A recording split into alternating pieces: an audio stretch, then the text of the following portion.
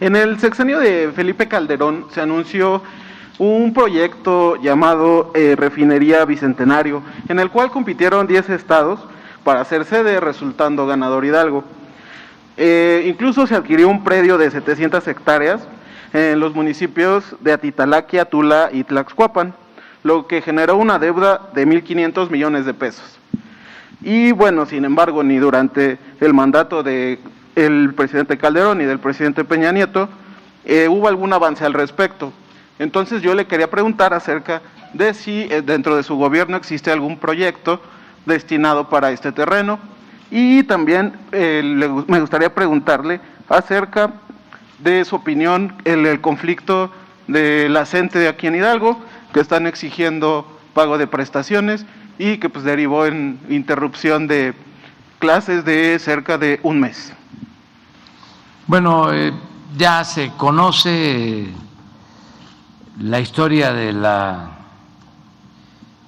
fallida construcción de la refinería en Tula. La verdad es que desde que se estableció el periodo neoliberal, la política petrolera de México se orientó a vender petróleo crudo y a comprar combustibles. Esto no era así antes. A partir de la expropiación petrolera de 1938 hasta los años 80 del siglo pasado, producíamos en México todas las gasolinas, todos los petrolíferos. Incluso se desarrolló la petroquímica, era un ejemplo mundial. A partir del periodo neoliberal se abandonó la refinación del petróleo, la petroquímica, y se dedicaron solo a extraer petróleo crudo y venderlo en el extranjero. Llegó a venderse hasta 3.400.000 barriles diarios de petróleo.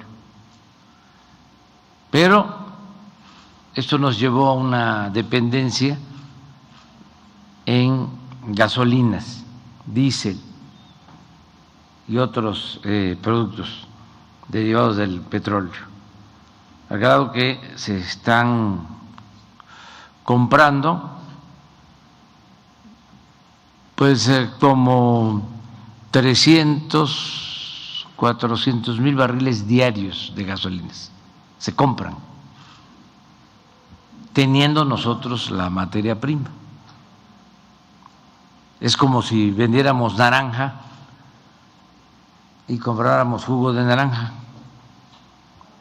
En eso consistió durante mucho tiempo la política petrolera. Por esa razón, desde hace 40 años no se construía una nueva refinería. La última refinería que se construyó fue la de Salina Cruz, Oaxaca, 1980-82. Ahora hemos cambiado ya la política, estamos en un viraje. De nuevo queremos producir en México lo que consumimos de gasolinas. Y por eso se están rehabilitando las 6 refinerías que se tienen, que estaban abandonadas, ya estaban vendiendo incluso plantas al interior de las refinerías, nada más que afortunadamente no les dio tiempo y no pudieron entregar las refinerías. Ahora en Tula se está reiniciando una coquizadora con una inversión de 2.500 millones de dólares en Tula, que se había quedado inconclusa. La comenzaron en el sexenio pasado. Aquí en Hidalgo seguramente se acuerdan de que los grandes tanques para esa coquizadora llevaron a quitar puentes para trasladar todo ese equipo, pero como hubo corrupción, tuvo que ver con Odebrecht,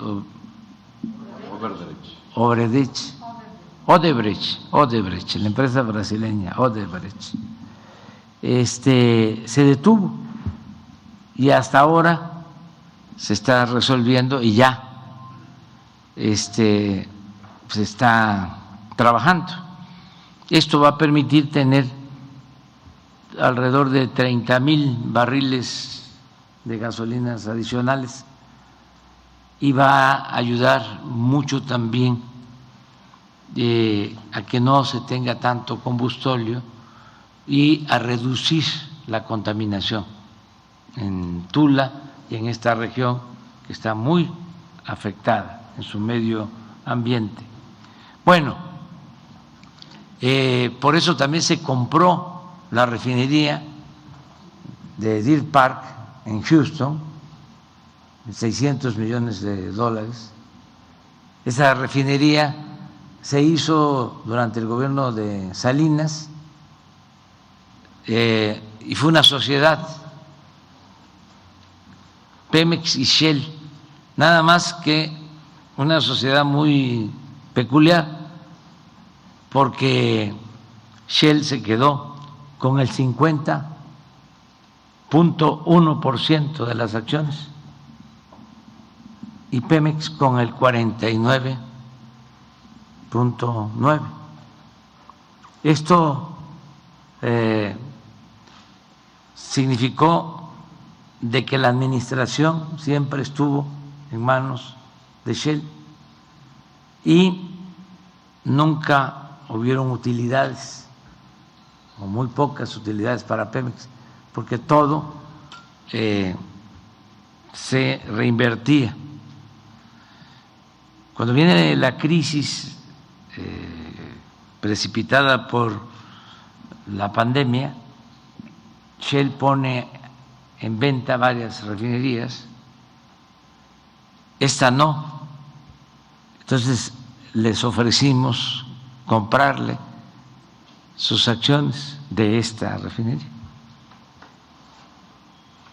Afortunadamente aceptaron, se comportaron muy bien en todo el proceso y ya es de México, de esa refinería. Ya se pagó, se contó con la autorización del gobierno de Estados Unidos, porque la refinería está en Houston. Se requiere para comprar una empresa en Estados Unidos una autorización del Tesoro, del Departamento de Estado y de la Secretaría de Energía. Las tres instituciones aprobaron y se lo agradecemos mucho al gobierno de Estados Unidos.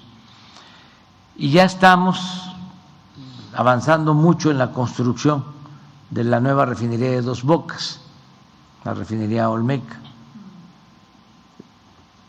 que vamos a inaugurar en julio, de modo que ya vamos a tener capacidad para refinar el petróleo crudo que se extrae del país y ya no vamos a comprar las gasolinas. Esto nos va a ayudar mucho porque nos ahorramos flete, entre otras cosas. Tiene que ver también con nuestra independencia, nuestra soberanía, el que no nos falten los combustibles y mantener sin aumento el precio de los combustibles, que no haya gasolinazos.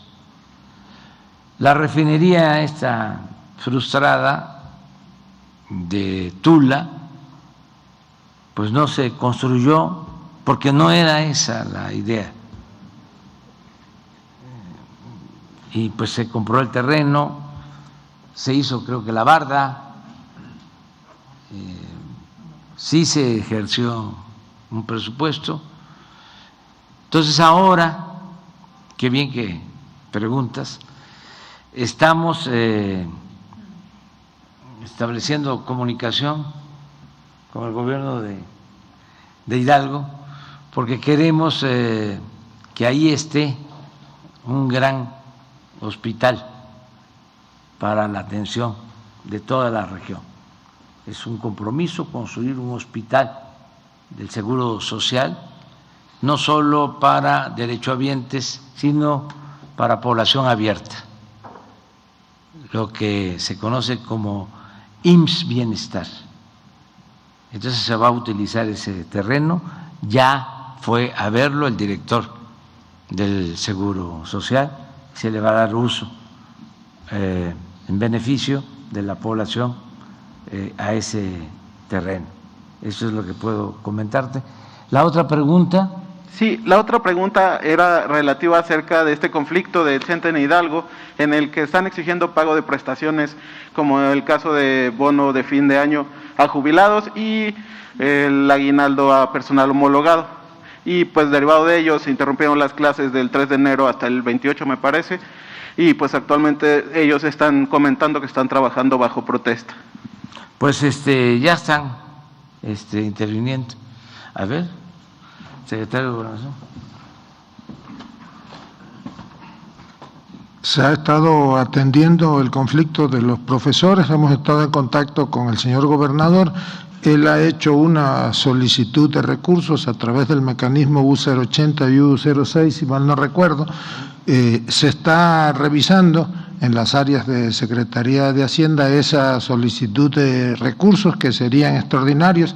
Se atendió porque el gobierno federal ha cumplido en tiempo y forma en términos de los convenios con la depositar o entregar la parte que nos corresponde de aportación federal.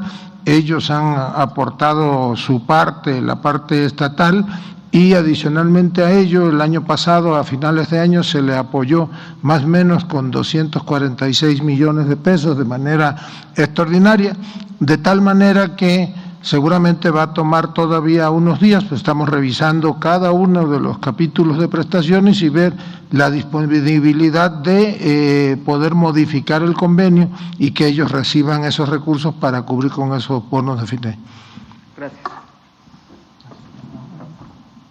Para México, y luego tú, bueno, después de Hidalgo. Y todo Hidalgo es México, y que viva Hidalgo. Buenos días, señor presidente, buenos días, gobernador, secretario, secretaria, buenos días a todos y a todos. Diego Elías Cedillo, Tabascoy, Campeche, Quintana Roo y Diario Basta de Grupo Cantón. Señor presidente, el día de ayer la Suprema Corte de Justicia de la Nación emitió un fallo en el cual pedía al INE llevar a cabo la revocación de mandato. Sin embargo, presidente, en este fallo, pues sí le pide que lo haga dentro de la manera de sus posibilidades ante la situación de los recursos que prevalece en el INE.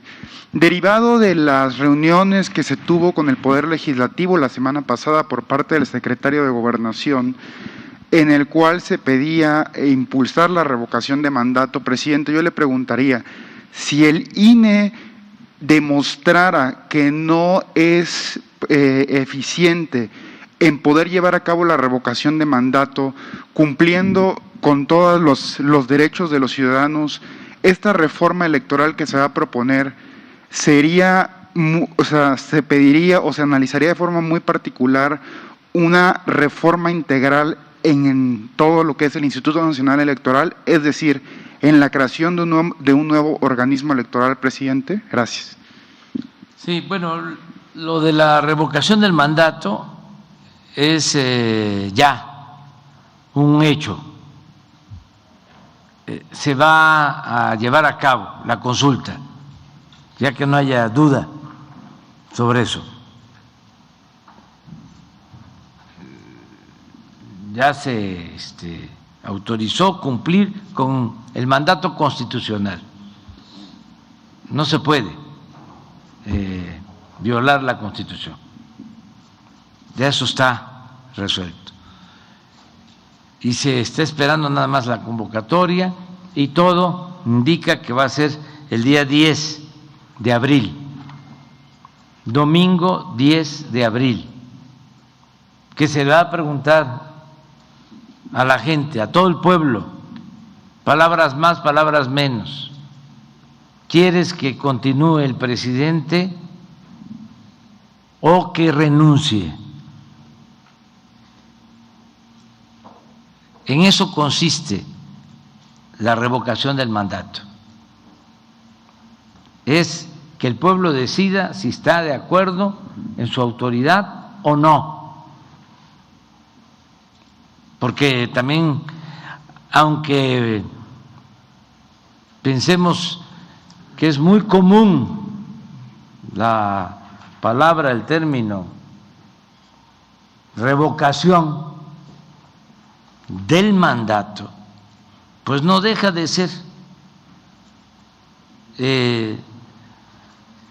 un concepto, un término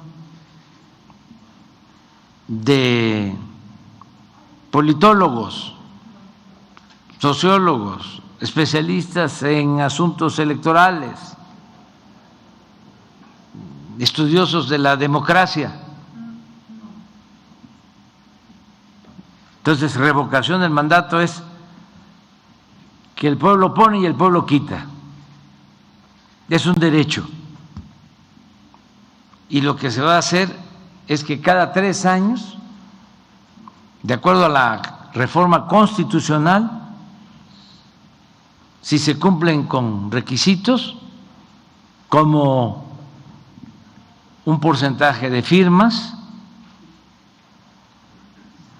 la autoridad está obligada a consultar al pueblo para ver si el presidente sigue, continúa, termina su periodo o se le revoca el mandato. Y se nombra, se elige a un presidente sustituto para que termine.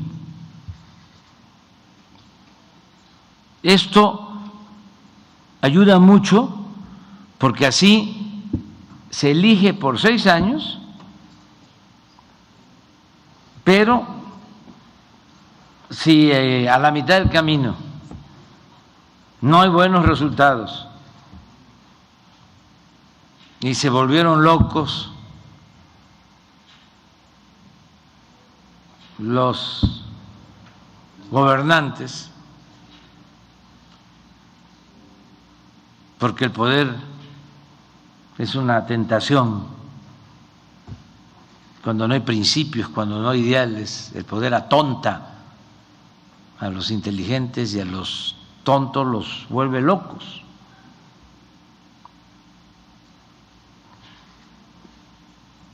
Por eso es importante que haya principios, que haya ideales, que se entienda que el poder solo tiene sentido y se convierte en virtud cuando se pone al servicio de los demás.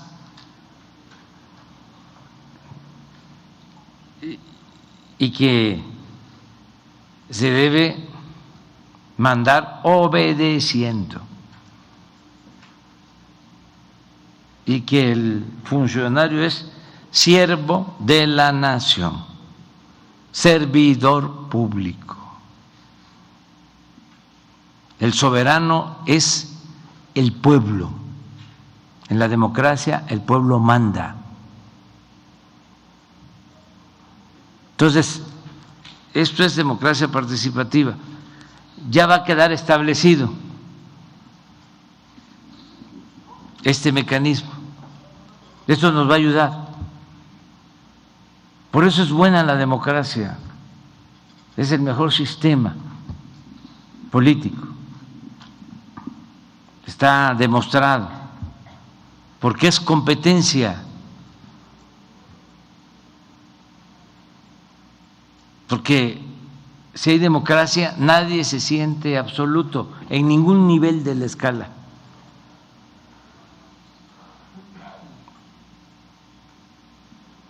Es como si en Hidalgo, en cualquier lugar, hubiese una sola tienda,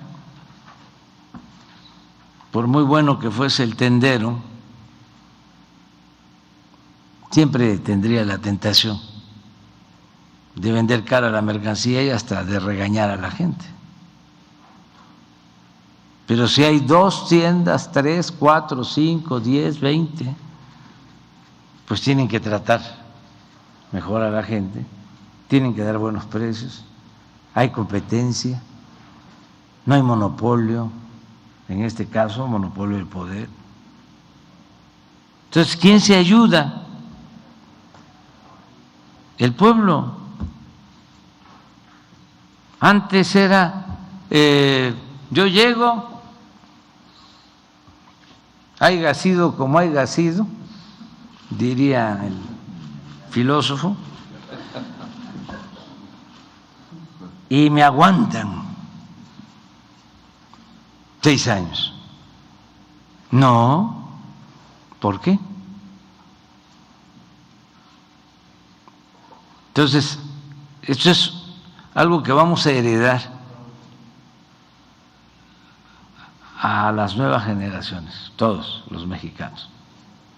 Y poco a poco se va a ir acreditando y convirtiéndose en un hábito, porque la democracia debe de ser un hábito, una forma de vida. Entonces, por eso se tiene que hacer esta consulta y no creo que haya ya ningún problema. Y qué bien que a pesar de el debate que hubo y que puede seguir habiendo, ya va a salir lo de la consulta. Gracias, presidente. Y por último, ayer se llevó a cabo la detención del secretario de Seguridad Pública de Aguascalientes, personaje que está vinculado al exsecretario de Seguridad Pública del gobierno de Felipe Calderón, Genaro García Luna. Presidente, con base en esto, precisamente ayer, igual en la Cámara de Diputados, antier, una diputada, Andrea Chávez, hizo un discurso que ha trascendido mucho en redes sociales, demandando justicia ante la masacre de estudiantes que se vivió hace 12 años, como 12 años en Ciudad Juárez. Presidente, yo le preguntaría muy puntual, ante esta detención del secretario de Seguridad Pública en Aguascalientes, primero, si su gobierno podría generar o crear algún órgano para buscar justicia ante este crimen de Estado que fue el asesinato, bueno, esta masacre a los estudiantes. Y, presidente, si le haría un llamado al expresidente Felipe Calderón a aclarar esta situación, porque esta masacre ocurrió en su gobierno. Y en ese entonces el expresidente Calderón se encontraba en Japón y su comentario fue muy puntual. Él nada más dijo que los estudiantes estaban vinculados a cierto sector del crimen organizado, desvalorizó los hechos que ocurrieron y se podría decir en términos coloquiales que se lavó las manos.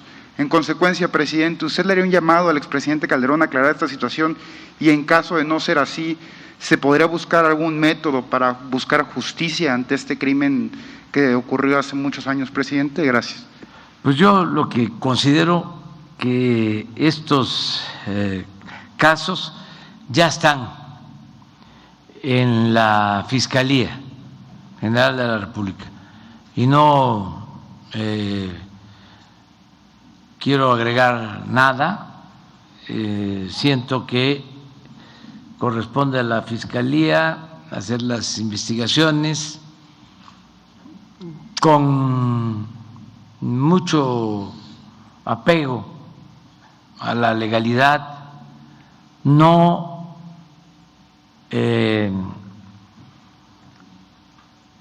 inventar delitos, no fabricar delitos a nadie y al mismo tiempo que no haya impunidad para nadie, que todos tengamos confianza en las autoridades, que no se politicen los asuntos y que al mismo tiempo no haya protección para nadie. Ayer que hubo esta detención, me llamó la atención y lo celebro, no profundicé más, pero la declaración del gobernador de Aguascalientes diciendo que ellos estaban de acuerdo en que se investigara.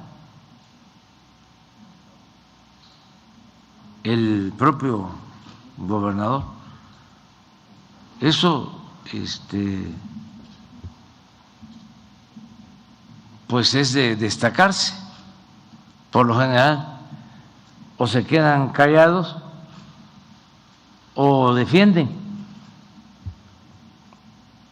Y en este caso es que se aplique la ley, que se investigue y se decida si hay o no responsabilidad. Eso es lo que considero, básicamente. Hidalgo. Muy buenos días, muchas gracias. Buenos días a todos y a todas. Soy Octavio Jaimes de antítesis.com.mx y me gustaría preguntarle, señor presidente, mire, hace apenas unos días en Real del Monte, el alcalde periodista Alejandro Sierra Tello acudió a una manifestación que se hacía para promover el cuidado a los animales callejeros, entre otras cuestiones, y llegó para reprender oprimir esta manifestación con golpes, acompañado de presuntos funcionarios públicos de su ayuntamiento, entre otras cosas. Sin embargo, lo que destacó aquí, además del evidente maltrato del que hay pruebas en videos que circularon por redes sociales, entre otras cuestiones, pues también destacó que hubo agresiones en contra de la prensa y de algunos periodistas locales. Le comento esto porque mi pregunta va en rigor de lo siguiente: ¿cómo va esta mejora que se anunció la semana anterior, si no me equivoco, a los mecanismos de protección a periodistas? En Hidalgo llevamos desde el 2018 sin un titular de la Fiscalía de Protección a Periodistas y Defensores de los Derechos Humanos. De hecho, desde que se abrió ese apartado de la Fiscalía aquí estatal, pues hubo bastantes inconformidades porque el titular no era una persona especializada en temas periodísticos, y sucede lo mismo ahora, que a pesar de que aunque no hay titular todavía de esa fiscalía, pues tampoco se le asignó presupuesto para este año a esa división que se especializa en la protección a periodistas. Entonces, pues mi pregunta sería esa, que ¿cómo se va a llevar a cabo esa mejora a los mecanismos de protección para periodistas? Y además, si desde su gobierno se van a implementar algunos sistemas o mecanismos para poder no solo combatir y proteger la vida a los comunicadores, sino también garantizar pues un buen manejo de las condiciones laborales de muchos de nosotros, porque la gran mayoría, o al menos así sucede, al interior de los municipios o en provincias o en ciudades pequeñas, hay periodistas que no cuentan con prestaciones laborales, tienen un sueldo muy bajo, además tienen que comprar su propio equipo para poder trabajar, andar en la calle y no se les pagan viáticos, y eso también es violencia laboral. Entonces, esa sería mi primera pregunta, por favor. Pues tenemos la obligación de proteger a todos los ciudadanos y a periodistas que son amenazados y desgraciadamente pierden la vida al estar llevando a cabo su trabajo, su oficio. Estamos trabajando en eso. Nos duelen muchos los casos, ¿no?, de pérdida de vidas de periodistas, y estamos investigando recientemente lo de Baja California, lo de Tijuana. Estamos en la investigación, cero impunidad. Todos los días estamos tratando estos temas en el Gabinete de Seguridad y se está mejorando el sistema de protección federal y lo vamos a seguir haciendo. No sé si esté aquí Ricardo Mejía. Pero tú puedes informar sobre hechos recientes. Me gustaría que se informara sobre Quintana Roo y otros casos. Mientras viene, si quiere puedo decir. Por favor, sí. Sí, y me gustaría, aprovechando que va a intervenir la secretaria, más o menos por qué fecha o en qué momento podría usted presentarnos un adelanto de esas mejoras o de esa optimización que se le va a hacer a los sistemas de protección a periodistas. Gracias. Sí, con su permiso, señor presidente, y esperando que el subsecretario se acerque aquí para más detalles sobre los hechos últimos en Quintana Roo que se refiere el señor presidente. Primero decir que efectivamente, como parte de la Estrategia Nacional de Seguridad Pública y la política de cero impunidad del Gobierno de México, y por instrucciones del presidente Andrés Manuel López Obrador, se han constituido equipos multidisciplinarios de apoyo a investigación en casos de alto impacto, siempre en apoyo a las fiscalías de los estados y también a la Fiscalía General de la República. En aquellos casos donde son hechos relevantes, llega el equipo. De esta manera, personal especializado de la Secretaría de la Defensa Nacional, la Secretaría de Marina, la Guardia Nacional, de la Coordinación Nacional de Inteligencia, de la Coordinación Nacional Antisecuestros, han avanzado en los trabajos de judicialización, de tener evidencias sobre este tipo de casos, apoyando siempre la labor del Ministerio Público para esclarecerlos totalmente. En los casos de periodistas hay avances importantes, judicializaciones, detenciones y líneas de investigación que, por respeto al debido proceso y a la secrecía, no ahondaremos al respecto el día de hoy. Pero los avances son muy importantes y muy sólidos. Es un trabajo en conjunto, no es solamente un área.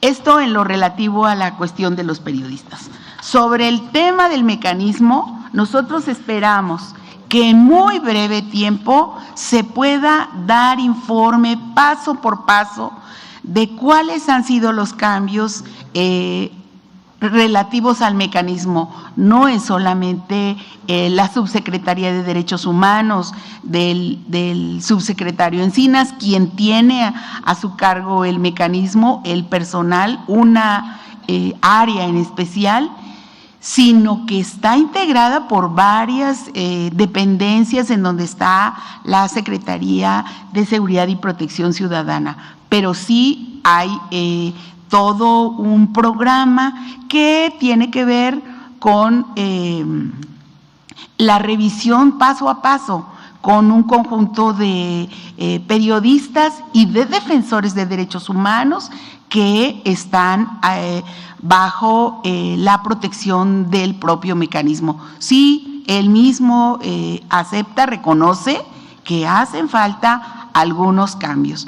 Otras que han dado muy buenos resultados, por ejemplo, el caso del periodista de Quintana Roo, que estaba bajo el mecanismo y que por fortuna y gracias a eso pudo salvar su vida, pero hacen falta cambios y él lo acepta. Ahora le quiero dar la palabra al subsecretario Ricardo Mejía, sobre todo en lo relativo a los hechos y los detalles que se han podido esclarecer con relación a el estado de Quintana Roo. En todos los casos se han tenido buenos resultados y se han esclarecido los relacionados con varios municipios de esta entidad. Adelante, por favor.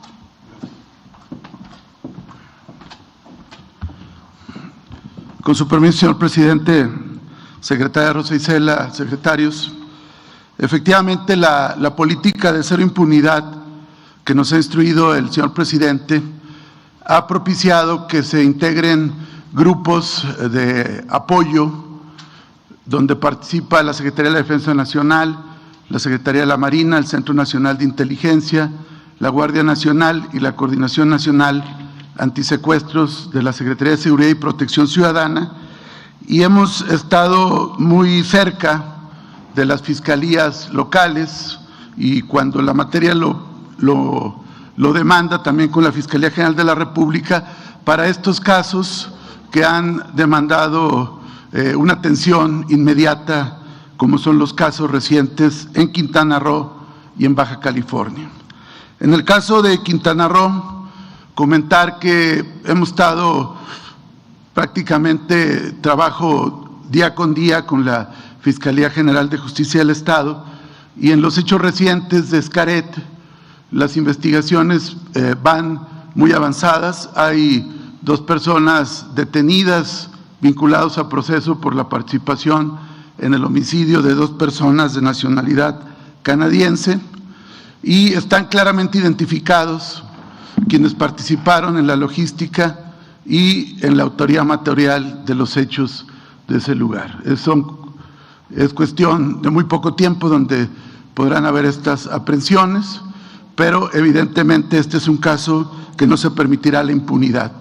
También en el caso de un centro de playa muy conocido en Solidaridad, Playa del Carmen, también ya hay detenciones, están identificados los perpetradores, toda la red que participó en estos hechos, y también esperamos muy pronto resultados, quedando muy claro que el que la hace la paga, el que comete este tipo de eventos. Hay todo un esfuerzo interinstitucional de la Federación y los estados para poder generar las detenciones y el encauzamiento penal para que no haya impunidad. En el caso de Baja California, la instrucción del señor presidente fue de manera inmediata que se constituyera un equipo de trabajo en Tijuana. Tuvimos reunión en la Fiscalía General de Justicia del Estado, donde se pudo, cuidando la secrecía, el debido proceso y toda la parte legal y constitucional, sí se pudo revisar estos casos, y podemos decirles que en ambos casos, en el de Margarito Martínez y Lourdes Maldonado, hay avances muy importantes, tanto del modus operandi, tanto de la mecánica de los hechos, y se han venido recuperando indicios y se han hecho todas las indagatorias técnicas y jurídicas necesarias para poder ya judicializar estos casos. Se espera que en muy poco tiempo se puedan ya generar las primeras órdenes de aprehensión. Evidentemente, por la naturaleza y el impacto de estos hechos, pues no se quiere también advertir a quienes cometieron estos eventos criminales. Pero sí quiero decirles, como aquí lo dijo el presidente, que es un tema que cotidianamente nos señala, nos pide cuentas, igual la secretaria Rosa Isela Rodríguez, todo el gabinete, y estamos abocados bajo la política de cero impunidad frente a estos hechos. Es cuanto, presidente. Sí, precisamente hubo otro evento en Isla Mujeres sobre un periodista, el compañero Netzahualcóyotl Cordero, director del portal policíaco y político CG Noticias. Él fue agredido en su domicilio el pasado 1 de febrero. Se presentaron 2 sujetos, Uno de ellos incluso quiso activar el arma, pero lo pudieron, el propio Netzahualcóyotl, auxiliado por vecinos, lo pudieron someter. Llegó el auxilio de la Guardia Nacional y de la Policía Estatal. Afortunadamente no sufrió ningún daño físico Netzahualcóyotl y se pudo ya detener a uno de los dos perpetradores. Señalar que Netzahualcóyotl sí oportunamente se inscribió en el programa, en el mecanismo de protección a personas periodistas y defensoras de derechos humanos.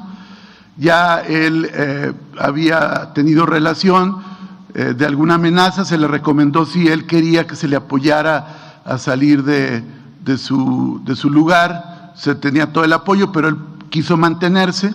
Sin embargo, cuando se presentaron estos hechos, se pudo activar un botón de pánico que él tenía y se pudo brindar un auxilio pronto y oportuno. El subsecretario Encinas ha estado muy pendiente del tema y no podemos revelar más datos, pero él está bien, con su familia, está resguardado. Y por otro lado, estamos muy en contacto con la Fiscalía General de Justicia del Estado también para encauzar penalmente. Ya hay un detenido que será seguramente vinculado a proceso penal y vamos por el otro sujeto que intervino en los hechos. ¿Sería cuánto? Aquí es importante destacar dos cosas. Primero, de que no hay impunidad.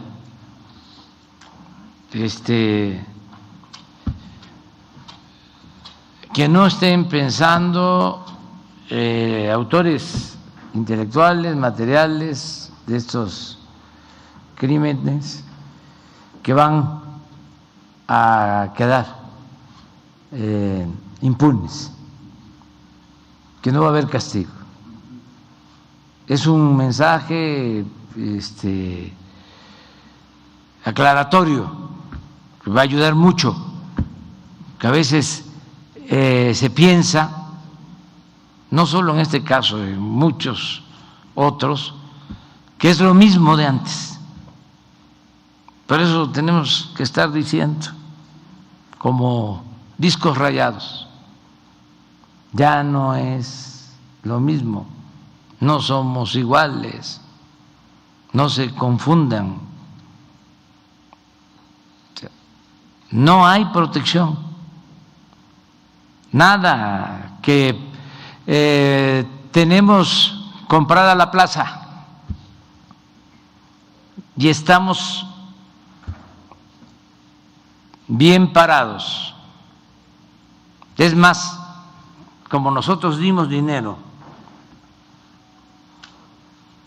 en la campaña para que ganara el presidente municipal, para que ganara cualquier autoridad, ya. El secretario de Seguridad Pública está a nuestro servicio. Eso ya se acabó.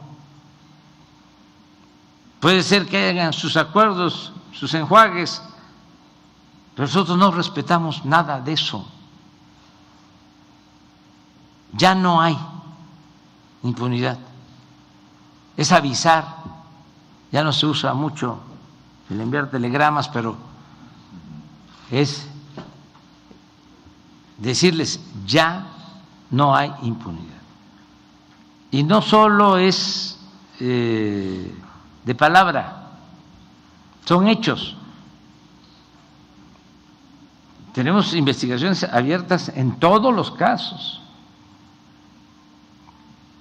A ver, general, aunque es de otro tipo, ¿cuántos detenidos hay del caso de las mujeres y de los niños que fueron asesinados en Bavispe? A ver, explique.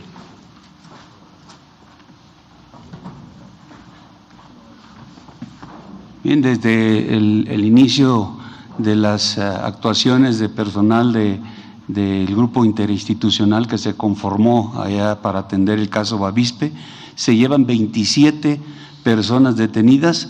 algunas ya con orden o se realizó con orden de aprehensión, otras en flagrancia, otras en actividades de inteligencia, y nos quedan 11 más vinculadas a este acto, que ya tienen su orden de aprehensión y que se está trabajando para lograr su detención, pero 27 ya fueron detenidas y puestas a disposición de las autoridades correspondientes. Eso es un asunto que es importante destacar. Lo segundo, que me da mucho gusto, es que nos está ayudando también en esto la gente. Este compañero y las mujeres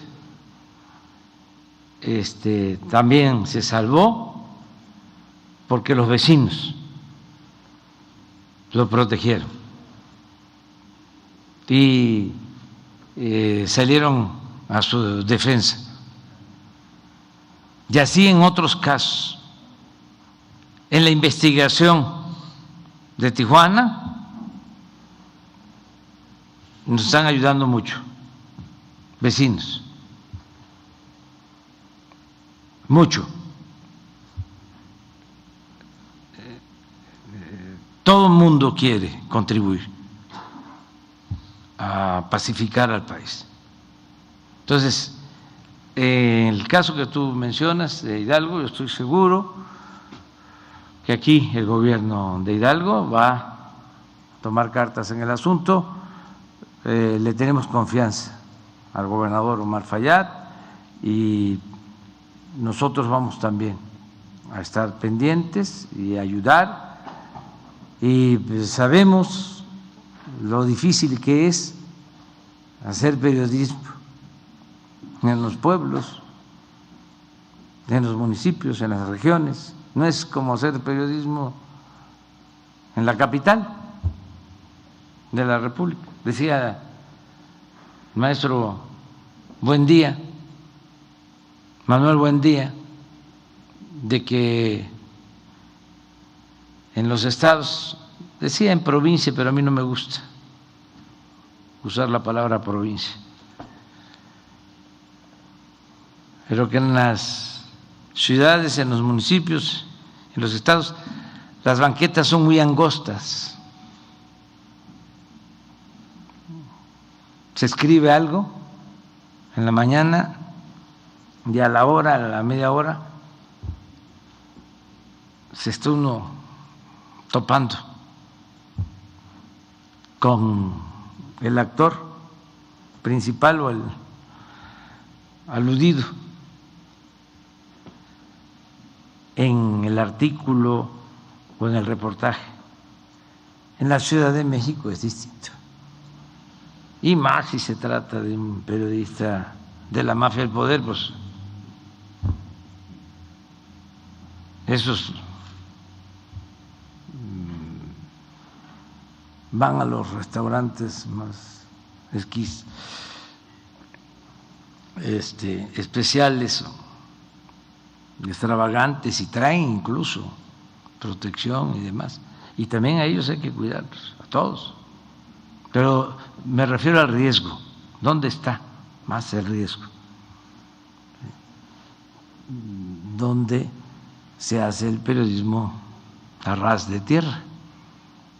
Entonces, es parte de lo que tenemos que cuidar, ¿no?, para la protección a todos los periodistas y a todos los ciudadanos, los luchadores sociales, los protectores del medio ambiente, tienen que ser protegidos, amparados, y que todos ayudemos en eso. Sí, muchas gracias, señor presidente, y pues con su permiso me gustaría ahora preguntarle en otro tenor y en un tema completamente diferente. Este año pues va a haber elecciones no solamente aquí en Hidalgo, sino también en otras entidades de la República. Hay muchos compañeros y compañeras que va a ser su primera vez al emitir su voto, y me gustaría también saber cuál sería su pensamiento o qué mensaje le merecen esos ciudadanos y ciudadanas que van a votar por primera vez en este mes de junio, y también preguntarle cuál sería el mensaje para aquellas personas que por su afinidad política con cualquier tipo de partido, etcétera, pues ahorita presentan una inconformidad con la designación de candidatos, principalmente los que son afines a Morena. Yo no quiero que usted se meta en estos momentos a hablar desde su partido, más bien me gustaría saber cuál es el mensaje que les dedica a esas personas para ratificar el compromiso que hay con el cambio de México. Esas personas son gente que genuinamente votará por Morena porque siguen teniendo confianza en usted, porque usted es el fundador del movimiento y usted es el que ha llevado a buen puerto la transformación del país. Por eso me gustaría saber y conocer cuál es su pensamiento al respecto de esta inconformidad que pudieran presentar y cómo ratificarles la confianza en el movimiento de transformación y que no se vayan por la fácil de votar por el menos peor. Eso sería todo, presidente. Muchas gracias. Bueno, podríamos sintetizar, primero, tenerle confianza al pueblo. Eso es muy importante en los procesos electorales. Volvemos a lo mismo. Hay quienes piensan que las cosas son como antes. Ya no. La gente está muy consciente. No debería ni decirlo, porque eso es una obviedad. Pero durante décadas, siglos, se pensó que la política era asunto de los políticos, que el pueblo no contaba. Yo antes decía de que el pueblo no es tonto, tonto es el que piensa que el pueblo es tonto. Entonces, tenerle confianza a la gente, eso es lo primero, porque todo el pueblo está despierto, está consciente. Lo segundo es que se respete la voluntad del pueblo, que no haya fraudes electorales,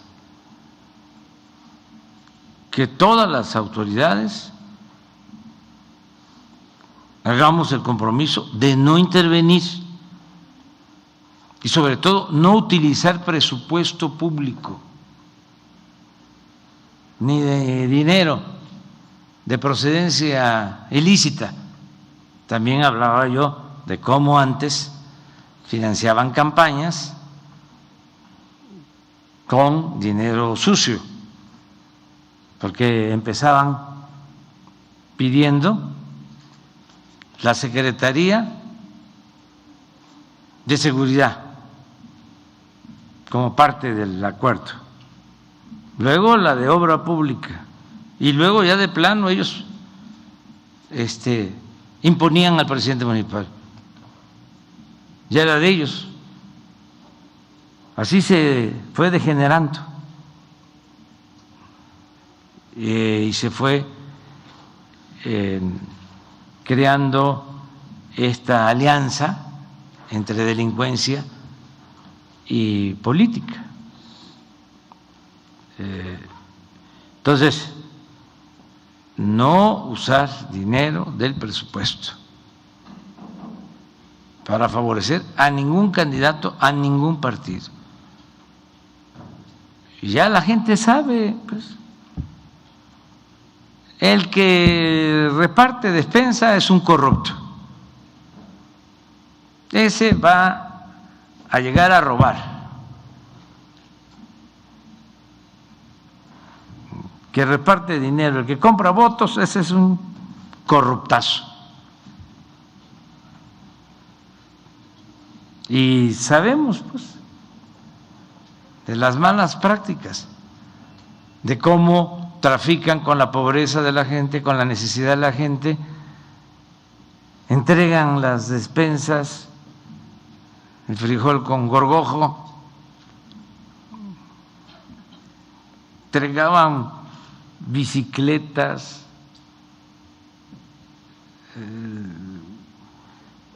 entregaban materiales de construcción, bloc, láminas de zinc, en algunos casos carne el día de la elección para obtener los votos por la necesidad de la gente. Y luego llegaba la gente a los palacios municipales a pedir que les ayudara y hasta los corrían. Era lo más indigno. Ya que vienes a pedirme, si ya te di.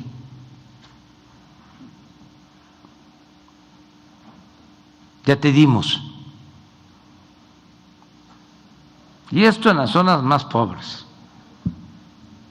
del país en general. Entonces, eso, evitarlo. Por eso yo admiro tanto a Francisco I. Madero, el apóstol de la democracia. Hay constancia de cómo él lucha en contra de la dictadura porfirista, ¿no? Antidemocrática. Por eso el sufragio efectivo, voto efectivo, que efectivamente el pueblo elija libremente a sus autoridades. Y luego cuando llega a presidente, le escribía a los gobernadores para recomendarles que garantizaran que el voto fuese libre. Y aquí hay una carta del presidente Madero en una elección de Hidalgo.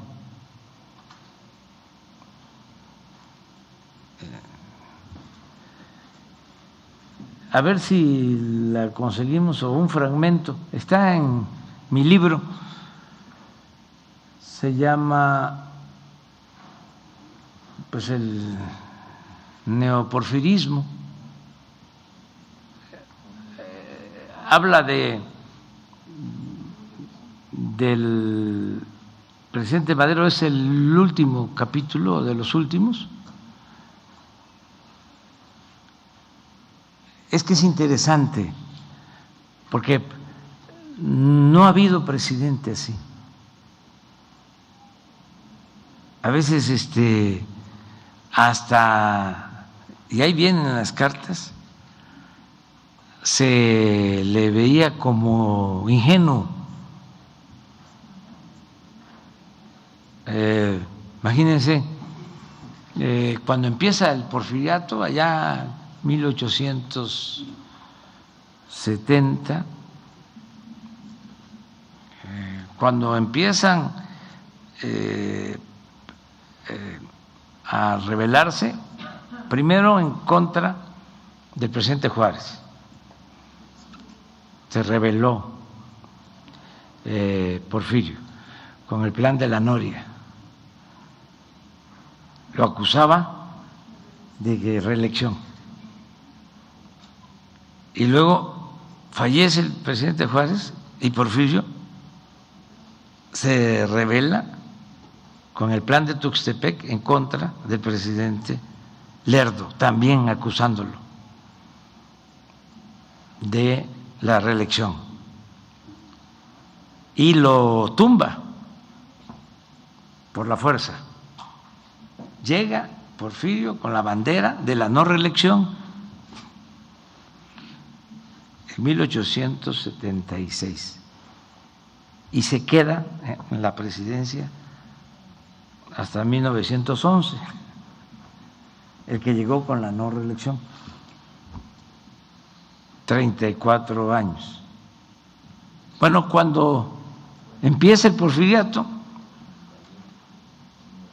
había un gobernador, un hombre fuerte, porfirista, Jerónimo Treviño, en Nuevo León,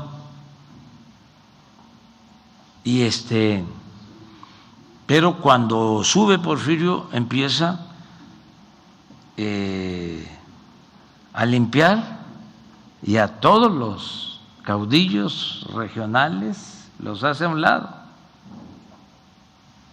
los va apartando. Y a García de la Cadena, que era un hombre fuerte en Zacatecas, lo asesinan, y asesinan a Corona, que era el hombre fuerte en Jalisco. Y entonces el Jerónimo Treviño se hace a un lado y manda a Porfirio como hombre fuerte a Nuevo León a Bernardo Reyes. Y se convierte Bernardo Reyes en el procónsul del norte, el hombre fuerte. Pero ya al final del porfiriato, pues se enfrenta Porfirio con Bernardo Reyes, porque Bernardo Reyes quería ser vicepresidente ya calculando de que Porfirio no iba a terminar su último mandato, porque ya tenía pues 80 años.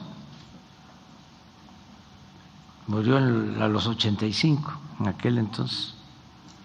Entonces que el vicepresidente iba a llegar, pero Porfirio dice no a Bernardo y impulsa a Ramón Corral, y ahí se viene la ruptura, viene el choque. Entonces Porfirio cambia a Bernardo Reyes, lo quita, después de estar 20 años dominando Nuevo León. ¿Y a quién creen que manda de sustituto?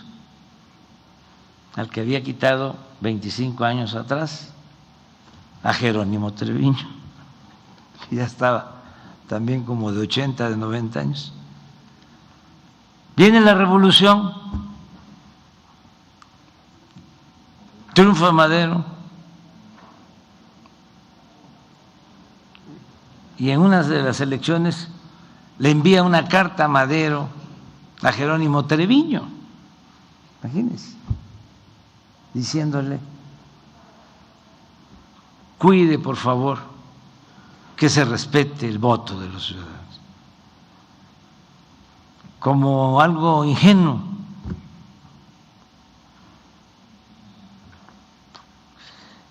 Madero era un auténtico demócrata, pero se adelantó completamente a su tiempo.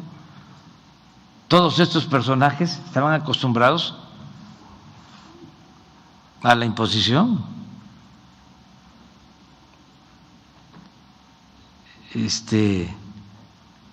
A imponer todo.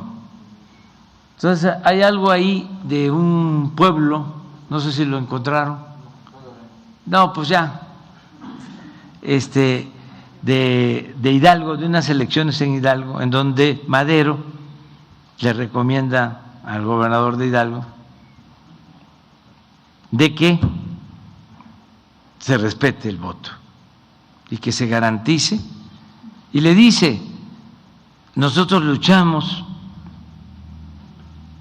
por eso fue la revolución, por el sufragio efectivo, en contra de la dictadura. No podemos hacer lo mismo.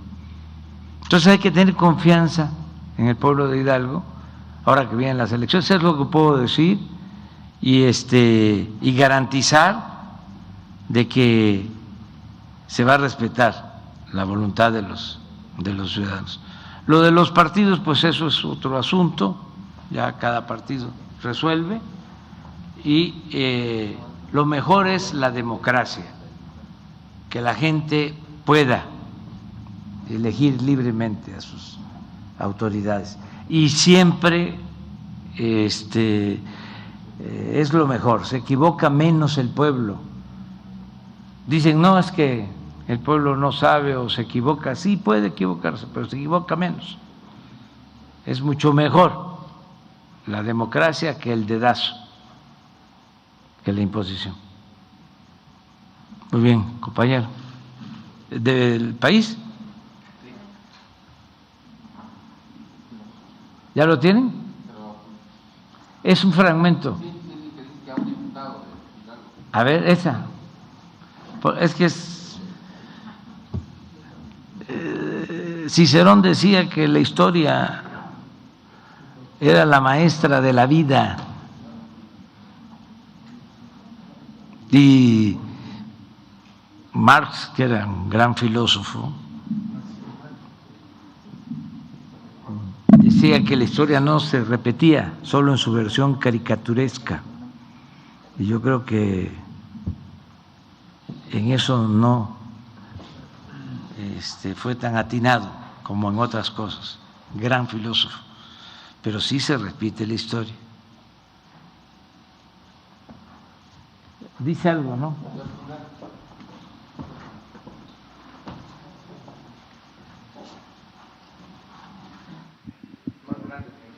A ver si lo pones. Sí, el 28 de julio, en un mitin en Pachuca, Hidalgo, un diputado expresa que en Tulancingo, su pueblo, el diputado, era la primera vez que en realidad se habían celebrado elecciones. Y ¿qué más? La siguiente página. Bueno, es un reconocimiento. En fin, bajo el gobierno de Madero, como casi nunca se ha visto en México, hubo elecciones libres y limpias. Esto, por si fuese poco, se logró en medio de intensas turbulencias políticas y sin el antecedente de una tradición democrática en ningún otro momento de nuestra historia. Estamos hablando de 3 siglos de dominación colonial en donde no hubo democracia. Todo el siglo XIX. Santana 11 veces presidente de México. Porfirio Díaz, ya lo dije, 34 años. Y Madero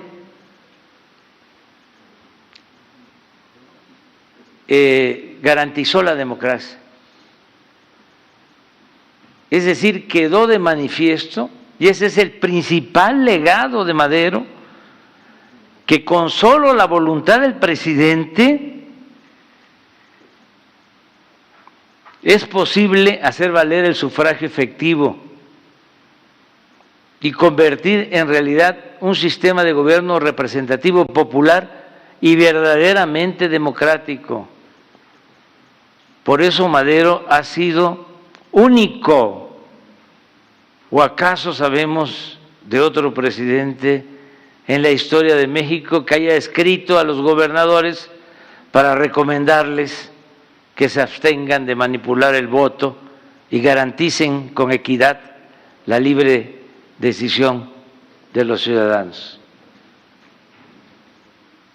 Yo admiro, siento que hay 3 grandes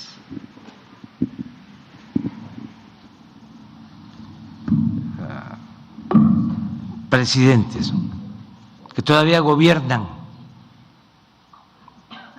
con su ejemplo. Presidente Juárez,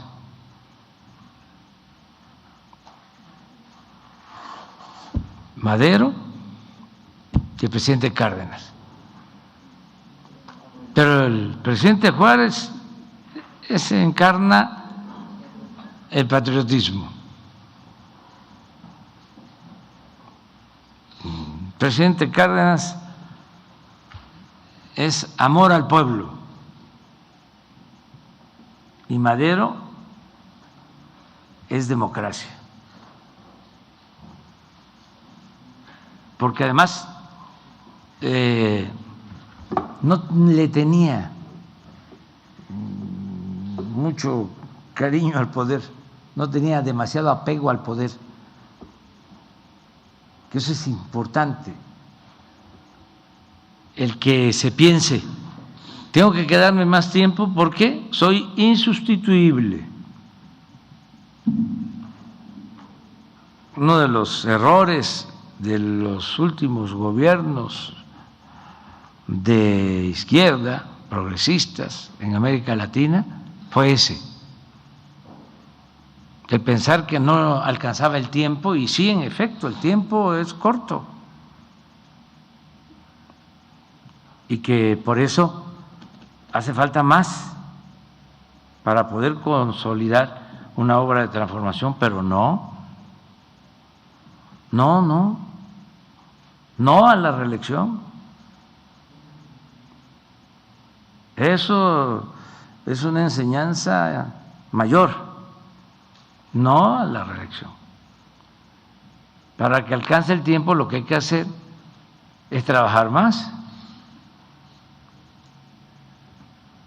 No trabajar 8 horas, trabajar 16 horas, y así se alcanza el tiempo. Aquí el gobernador de Hidalgo trabaja bastante, y por eso ya se va a ir en septiembre y con buenos resultados, va a entregar buenas cuentas. Lo de seguridad que acabamos de ver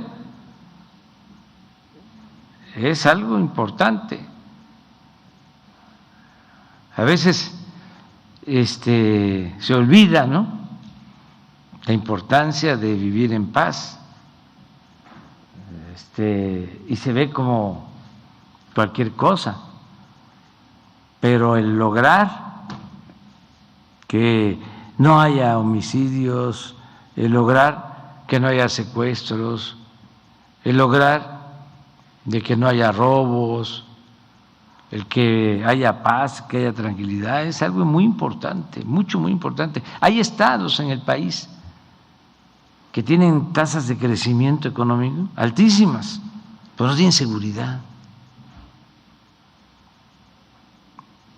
Estados con muchísimos homicidios, a pesar de que llegue inversión extranjera y hay plantas automotrices y hay empleo, pero no hay seguridad. Por eso lo ideal es el que haya progreso con justicia y con paz. Y aquí se va logrando. A ver, vamos con compañero. Buenos días, presidente. Pedro Domínguez, de Milenio. Preguntarle cómo va la negociación entre el gobierno federal y la empresa que está explotando un banco de materiales en Playa del Carmen, que ha comentado en días pasados. Le pregunto esto porque un equipo de Milenio hizo un recorrido por la zona y esta empresa continúa trabajando a pesar de que usted había comentado que ya se había terminado la concesión de 20 años que tenían para la explotación de esta zona. Preguntarle cómo va la negociación o por qué siguen operando o cuándo se les va a impedir que se siga explotando esta parte de la Riviera Maya. Ayer tuvimos precisamente una reunión con la secretaria de Medio Ambiente y participó en esa reunión el embajador Esteban Moctezuma. Le pedimos que viniera a informarnos porque él está comisionado para hablar con los dueños de la empresa y ya se hizo un planteamiento para llegar a un arreglo. Ellos van a tener un consejo en la empresa. Entiendo que el gerente le va a dar a conocer a los accionistas cuál es nuestra propuesta y también estamos definiendo un plazo que significa un mes, o sea que en marzo ya sabemos. Ellos tienen alrededor de 4.200 hectáreas y recibieron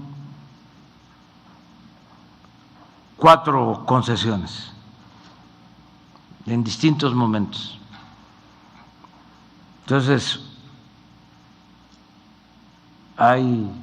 ¿no tienes el videíto de la planta esta del banco? Sí. Si a lo mejor nos está viendo María Luisa, que nos los mande. Y yo lo tengo, Daniel. Bueno, para que se den cuenta de cómo está. Son 3 predios.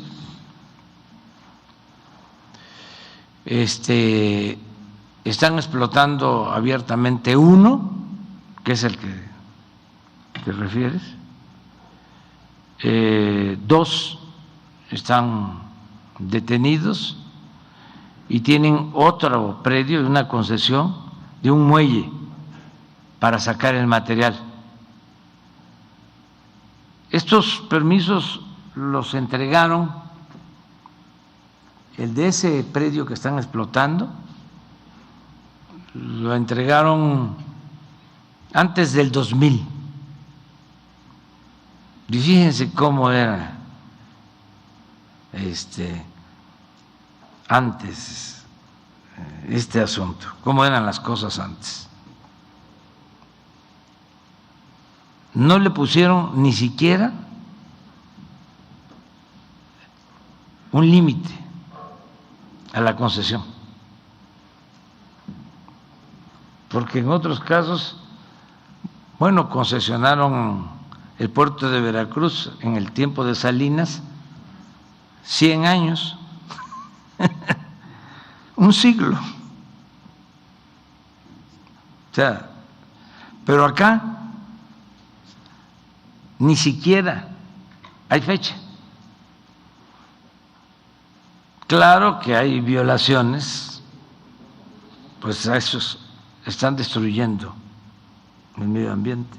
En los otros 2 predios sí es un plazo que ya se venció, porque entregaron los permisos el último día del gobierno de Zedillo, a finales del 2000, y son permisos a 20 años, o sea que ya. Pero en ese tiempo, o sea, antes de que terminaran, en el 16, presentaron denuncias internacionales. Quieren que se les paguen 1.100 millones de dólares, o sea, aparte.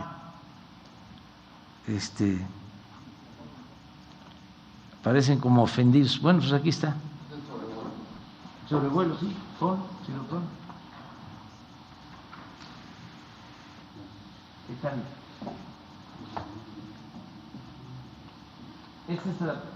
Eso que está ahí impactado es lo que mencionas.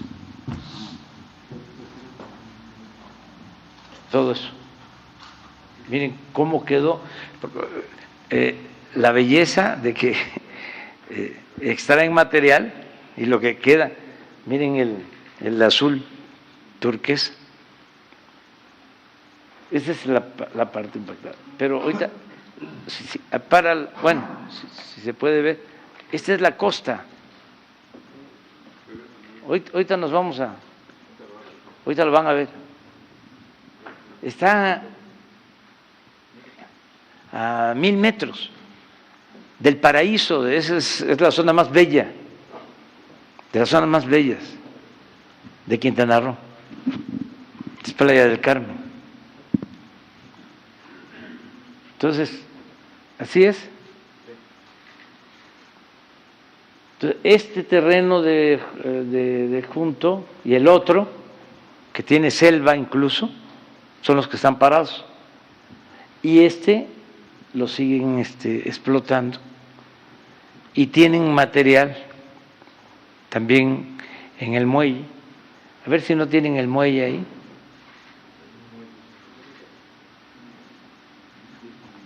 Pero esa es la destrucción. ¿Y el plazo que están dando para marzo, para qué sería, presidente? ¿Para llegar a un acuerdo para que ya dejen La de propuesta explotar? es, además, porque no tenemos nada que ocultar. Ah, aquí está. Aquí están los tres.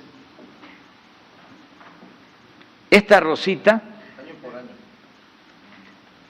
Ah, bueno. Ahorita sí. Pero ese es el primero, el que les digo que no tiene límite. Ese lo entregaron antes del 2000. Y miren. Vean allá cómo se fue degradando.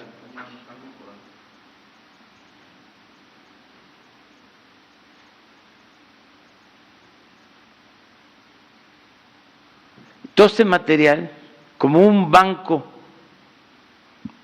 de material de construcción, de grava, se lo llevan a Estados Unidos, porque es una empresa que se dedica a construir carreteras, muy grande la empresa.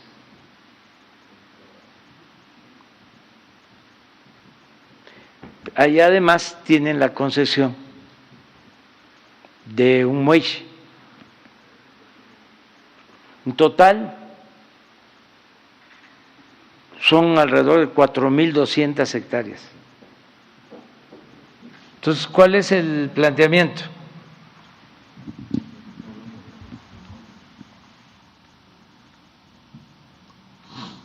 Que ya no se va a permitir nada de extracción, nada. ¿A partir de marzo? Sí. Y que ofrecemos darles facilidades para que utilicen los terrenos en un proyecto turístico, respetando las normas de uso de suelo. Es decir, no se trata de construir 20,000 cuartos hotel, sino los que, de conformidad con la norma, puedan realizarse. Esa es la propuesta. Y desde luego que quiten las demandas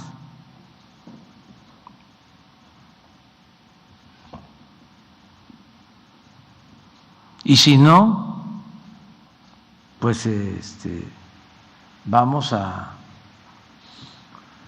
defendernos legalmente como se está haciendo y se va a proceder porque no tienen autorización. Tienen vencidos permisos y no tienen tampoco autorización para sacar material. El gobierno federal tiene que autorizar la, en este caso, exportación. ¿Lo puedes explicar? Pues ya que estamos. Como dijo el señor presidente, son 3 predios los impactados, 2 ya en explotación. En el primero hay una concesión sin límite, en el segundo hay una concesión a 20 años que ya se venció y en el tercero hay una concesión que está por vencerse porque ellos tardaron más del tiempo establecido en iniciar el proyecto. Han continuado extrayendo en el primero de los predios, la está almacenada en una parte del mismo, pero no tienen el permiso de exportación. Iniciaron el trámite del permiso, se les negó la exportación de ese material y tienen una demanda ante el Tribunal Federal de Justicia Administrativa que seguramente se resolverá en el transcurso del año. Apenas están ellos presentando las pruebas y el SAT acaba de ser notificado de que inicia el proceso de pedimiento de exportación. Así está, esto es la que da la idea. Este es el Mar Caribe. Entonces, es buen acuerdo, sí, se ayuda a que utilicen su terreno, nada más que para propósitos turísticos, incluso se les va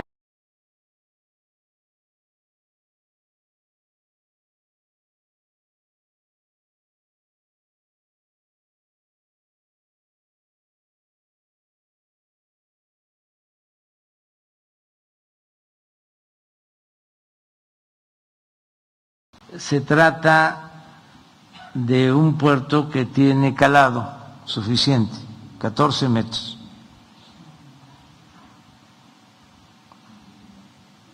Entonces sí tenemos deseos de un arreglo y yo creo que van a